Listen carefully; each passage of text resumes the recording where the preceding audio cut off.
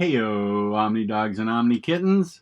It's Omni Dog here with a special early morning edition of Root Beer Reviews. No root beer, drinking coffee because it's early in the morning. This will be the last part of my October reads, and I stayed up all night reading spooky books. So first, we'll start.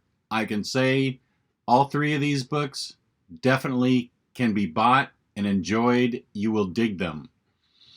Some you may have heard of, some you may not have heard of, and I'm sure I botched that up. Some you may have heard of, some you may not have heard of. First one, Moonshine. This is by the great team of Azzarello and Risso. It is about a city slicker who works for the mob in the 20s, going down to Appalachia, depending on where you're from, to try to talk the local moonshiner into providing him with a ton of illegal hooch that he can sell in New York at illegal speakeasies. Apparently, this stuff is the greatest stuff ever. So this guy in coat and tie takes his fancy car, goes down there to Hillbilly Town, and mayhem ensues. What happens when you send a city slicker into Appalachia anyway? There's going to be problems anyway with a guy that doesn't fit in. But the guy that owns the distillery doesn't want to deal with him. Here you get a look at some of this great art by Eduardo Risso. And the guy doesn't want to sell to him at any price. The guy has a family, and the family has a secret. Well, let's see. I don't know if I want to show you that, because that might give away the secret. But there's definitely a supernatural secret in this family.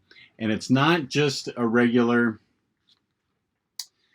full moon story. I'll say it that way. It's not just a regular full moon story. There's lots of sensuality and lust and blood and gore.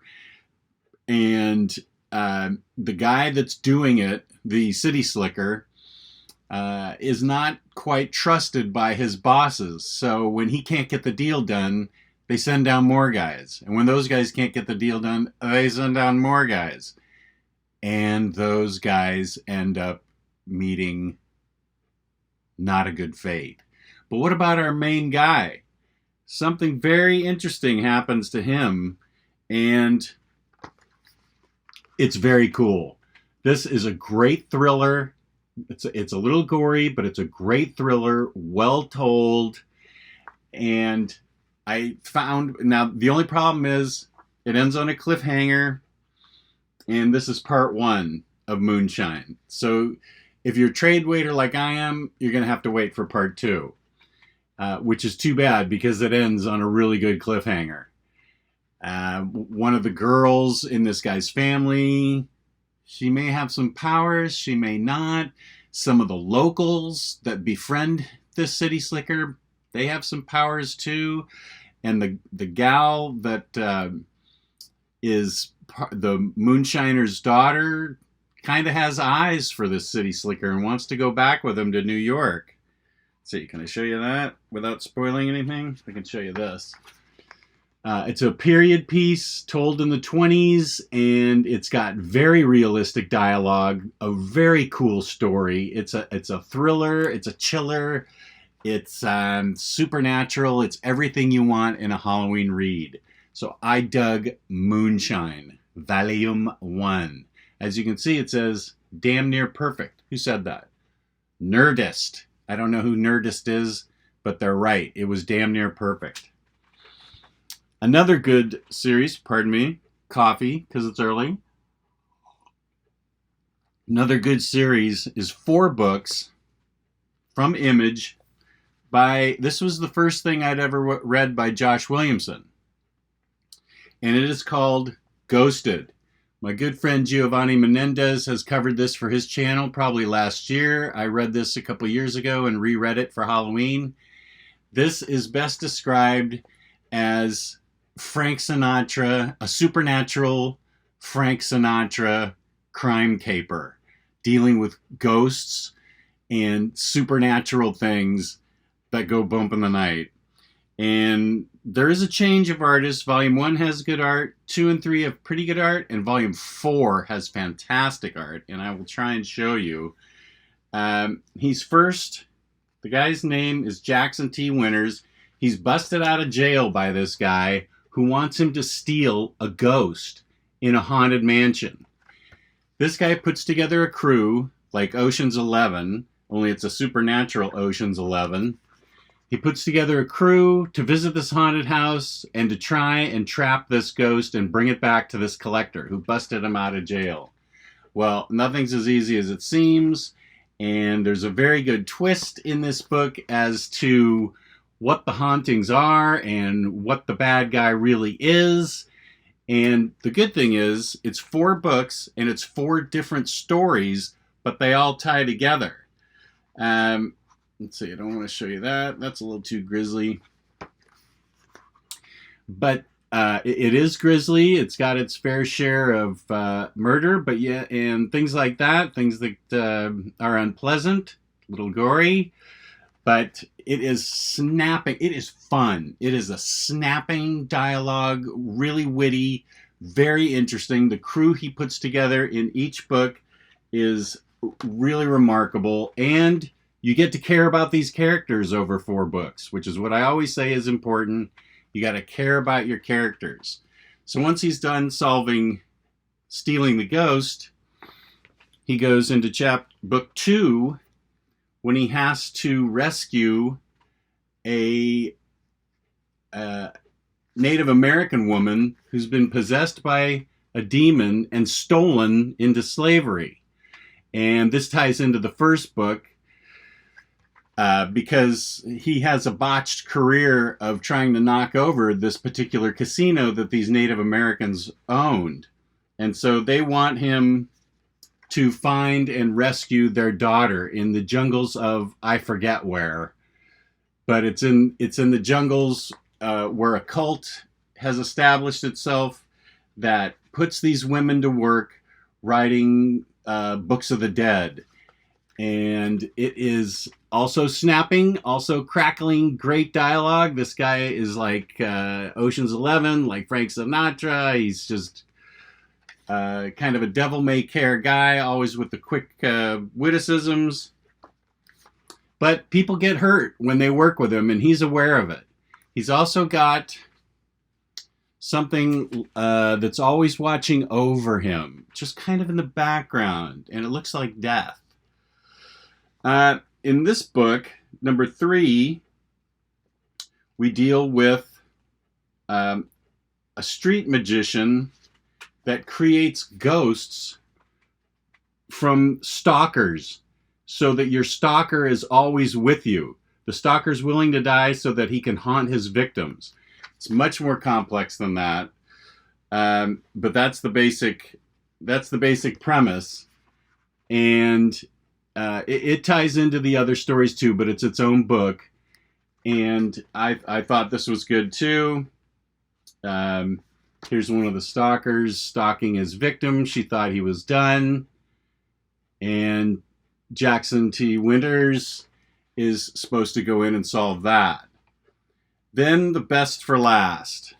The 4th volume has the best art and a really great story because the protagonist in this story wants to create a city of the dead to lead him into where he wants to create a ghost town, a city of the dead, by mass murdering a bunch of people. He doesn't actually do it himself. He has somebody do it for him so that he can go in and steal death's secrets. And there's twists and turns in all these books, but the twist and turn in this book is probably the best one. It's very supernatural, very freaky. I really enjoyed the heck out of Ghosted. This is one of Josh Williamson's, as far as I know, it's one of his earliest works. Maybe he's written a bunch of other stuff. This was the first thing that I ever read by him, and it is really snappy. I urge you to read this. It is fun. There's nothing wrong with having fun reading comic books. We're supposed to have fun. So go ahead and pick up Ghosted. It's not expensive. There's 4 trades from Image and great stuff. Now the last one I'll talk about, you've all heard about. It's probably the first time I've ever read Scott Snyder. It is actually not just Scott Snyder, but it's also a guy named Scott Tuft that wrote it. And you've all probably heard of it. It's called Severed. But I hadn't read it in probably 3 years, and I thought I should give this a shot again and see why everybody loves it so much. Because, of course, I forgot.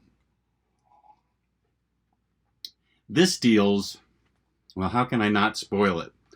This deals with a runaway, a couple of runaways that are on a journey, and they meet up with a very sinister guy who's got very sinister plans. And the moment you set eyes on this guy, the hairs on the back of your arm go up. The back of your arm, the top of your arm. The hairs on the top of your arm, sorry, it's early, go up. Because he's up to no good with runaway children. And it is vicious and violent and gory. And, well, I won't show you that part. No, I probably shouldn't show you that part. I don't want to give anything away. But it is vicious, it is scary, and it has a great ending. That actually, let me go back. Ghosted Volume 4 has a really great ending. I really love the ending of Ghosted Volume 4. Just throwing that in there. But this thing also has a good ending, one that will give you the creeps.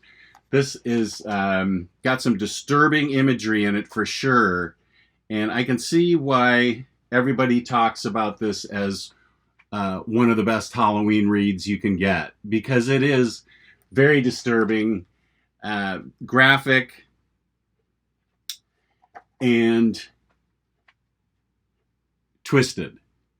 I'm fumbling for words here to just tell you how scary it is. It is extremely scary. It's extremely gory. It's a great Halloween book. I think you'd dig it a lot. It's from Image Comics also. It's not out of print. You can easily get it. And that is Severed by Scott Snyder and Scott Tuft. The art is very good. I really enjoyed the art in this. Let me see if I can show you one more. The art's really good in this. So I can wholeheartedly recommend all 3 of those books as perfect to set the mood in October when we all want to be scared. Unless you're one of those people that feels like all 12 months out of the year are scary, and why should we set aside 1 month just to be scary when all the months are scary? I feel you. I know what you mean. So this is OmniDog signing off, saying thank you so much for watching. Please hit the like button. Please subscribe. Feel free to leave comments, and I will always respond to your comments. Thanks for watching. I love you guys. Peace and love. Peace and love.